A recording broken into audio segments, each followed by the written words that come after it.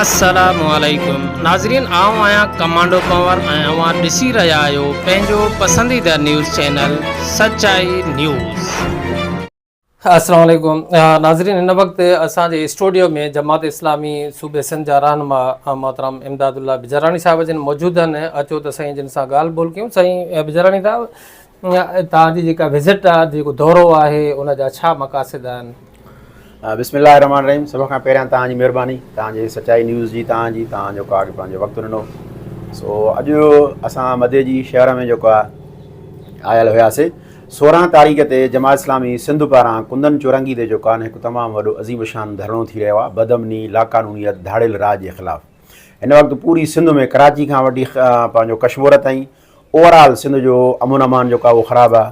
पर सभ खां वधीक जेको आहे असांजे इलाइक़नि में, असांजे ॿिनि टिनि ज़िलनि में, ख़ासि तौर ते शिकारपुर ज़िलो, कश्मीर ज़िलो, जेकबा ज़िलो, घोटकी ज़िलो, इहे त बदअमनी जी बाहि में जेको आहे उहे ॿरनि था पिया।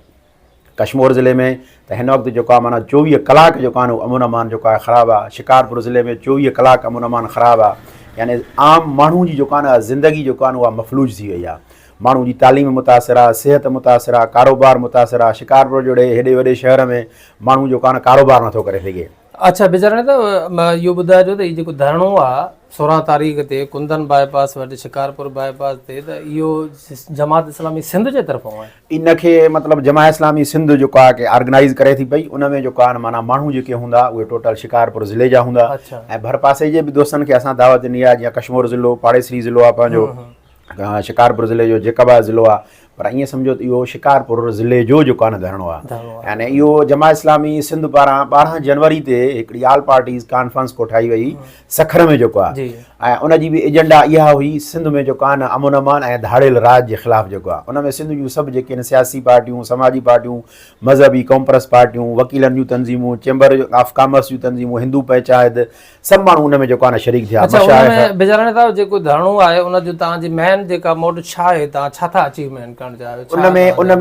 उन में असांजो वॾे में वॾो मुतालबो जेको आहे इहो आहे सिंध हुकूमत खां।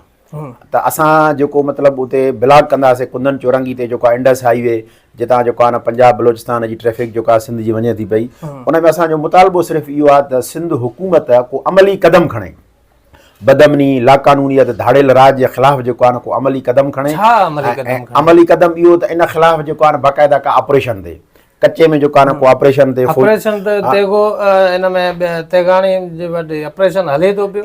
ऑपरेशन जेको आहे इनखे असां जेको आहे न मतिलबु ईअं सम्झो त जंहिंखे तव्हां लेपापोती चओ, ढोंग चओ, उहो असां सम्झूं था पिया। हिन वक़्तु त कश्मीर ज़िले में रेंजर्स बि मौजूदु आहे, पर रेंजर्स जे साम्हूं जेको आहे न उहो ॾोह थियनि था पिया। सवाल इहो थो पैदा थिए त ऑपरेशन जो तव्हांजो मुतालबो, ऑपरेशन त ऑलरेडी हले थो, त तव्हां अञा छा चाहियो था? असां इहो चाहियूं था त जेको ऑपरेशन आहे उन ऑपरेशन में नतीजा जेको आहे मिलणु खपनि। उन ऑपरेशन खे जेको आहे न नतीजा ख़ेज़ जेको आहे बणायो वञे। इन ऑपरेशन खे सिर्फ़ु जेको आहे न फोटो सेशन जेको आहे उहो न बणायो वञे। ऑपरेशन खे सिर्फ़ु जेको आहे न मतिलबु उनजे नाले ते जेको आहे न बजट, उनजे नाले ते जेको आहे न फंड्स न खाधा वञनि।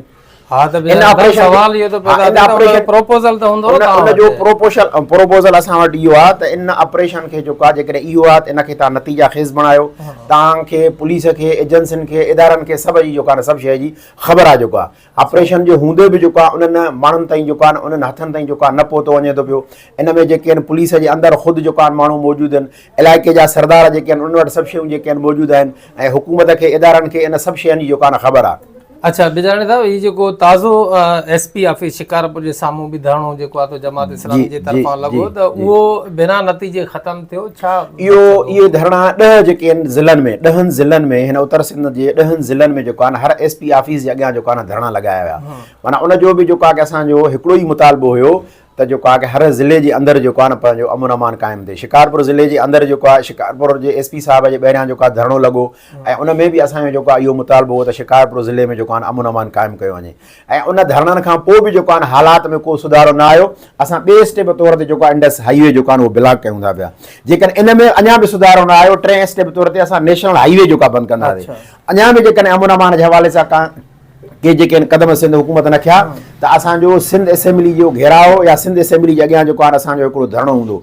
उन खां बाद में अञा आख़िरी स्टेप हूंदो असांजो बाक़ाइदा इस्लामाबाद क़ौमी असेंबली जे अॻियां जेको आहे न धरणो। यानी जमात इस्लामी सिंध हिन पूरे अमन अमान जे हवाले सां हिकिड़ी पूरी जेको आहे न मुहिम खणी करे वेठी आहे ऐं उनखे नतीजा ख़ेज़ बणाइण लाइ आम माण्हू खे जेको आहे न अमुन ऐं उनखे जी जेको आहे न ज़िंदगी में आसानी पैदा करण लाइ जेको आहे न इहा जदोजहद जमात इस्लामी सिंध जी जारी रहंदी। अच्छा बिजरानी साहब सवाल इहो थो पैदा थिए त जमात इस्लामी बि हिकिड़ी कानून जे बालादस्ती जी हामी रही आहे त आम शाहराऊं बंदि करणु त हिकिड़ो कानून जी वायलेशन आहे। तव्हां ॾिसो न इहो कानून जी वायलेशन न आहे ऐं कानून जी जेकॾहिं वायलेशन थिए बि थी त उहे ख़ुदि हुकुमरान ई करनि था पिया, उहो ख़ुदि इंतिज़ामिया ई करे थी पई। जेकॾहिं इंतिज़ामिया इन तरफ़ जेको आहे तवजो ॾे अमन अमान जेको आहे बहाल करे त इहे सभु शयूं जेके आहिनि पेश न अचनि। ज़ाहिर आहे असां वटि ॿियो त को तरीक़ो कोन्हे, असां वटि को हथियार कोन्हे, असां वटि त आहे यानी हिकिड़ो एहतिजाज जो पुरअमन जेको आहे न तरीक़ो।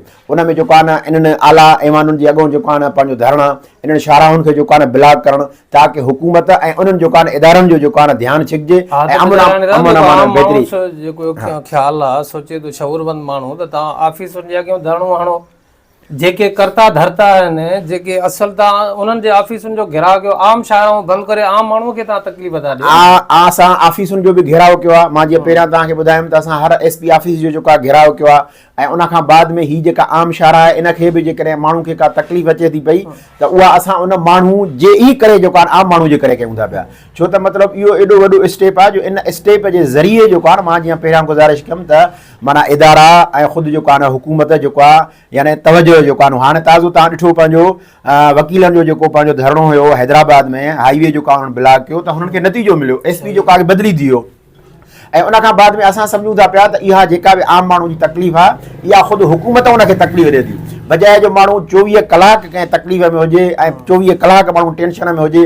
जेकॾहिं कुझु कलाक हिकु ॾींहुं जेकॾहिं माण्हू जेको आहे इहा तकलीफ़ बर्दाश्त करे थो ऐं अलाह जेकॾहिं चाहे त इन नतीजे में जेकॾहिं का बहितरी अचे थी अमन अमान जे हवाले सां त मां सम्झां इन थोरी ॻाल्हि जे करे असां वॾे मक़सद खे जेको आहे हासिल करे सघूं था। अच्छा बिजरानी साहब आख़िर में एहतिजाज जे हवाले सां तव्हां जेका अवाम खे जेका अपील करणु चाहियो त मीडिया जे थ्रू असांजे चैनल जे थ्रू? वॾी महिरबानी, मां तव्हांजे हिन पंहिंजो मीडिया हिन सचाई न्यूज़ जे जेको आहे न पंहिंजो हुन सां हुनजे जेको आहे पंहिंजो तवसुत सां ज़िले शिकारपुर जे जेको आहे न हर उन माण्हू खे ख़ासि तौर ते जेको आहे न उन ग़रीब खे उन जेको आहे हारी खे उन मज़दूर खे उन रोज़ कमाईंदड़ माण्हू खे ऐं उन जेको आहे न नंढे कारोबारी खे भले जेको आहे वॾे कारोबारी खे माना हर मकतब ऐं फ़िक्र खे ऐं हर उन माण्हू खे जेको आहे मां इहा दावत ॾियां थो पियो त 16 तारीख़ ते कुंदन बाईपास ते तव्हां सभु जेको आहे निकिरी अचो, पूरो ज़िलो शिकारपुर जेको आहे निकिरी अचे सिर्फ़ु ऐं सिर्फ़ु जेको आहे अमन अमान जी बहाली जे लाइ, पंहिंजे ईअं सम्झो त ख़ानदान जे हिफ़ाज़त लाइ, पंहिंजे बचनि जे जेको आहे हिफ़ाज़त लाइ, आम माण्हू जी जेको आहे हिफ़ाज़त लाइ, अमन अमान खे जेको आहे बहाल रखण लाइ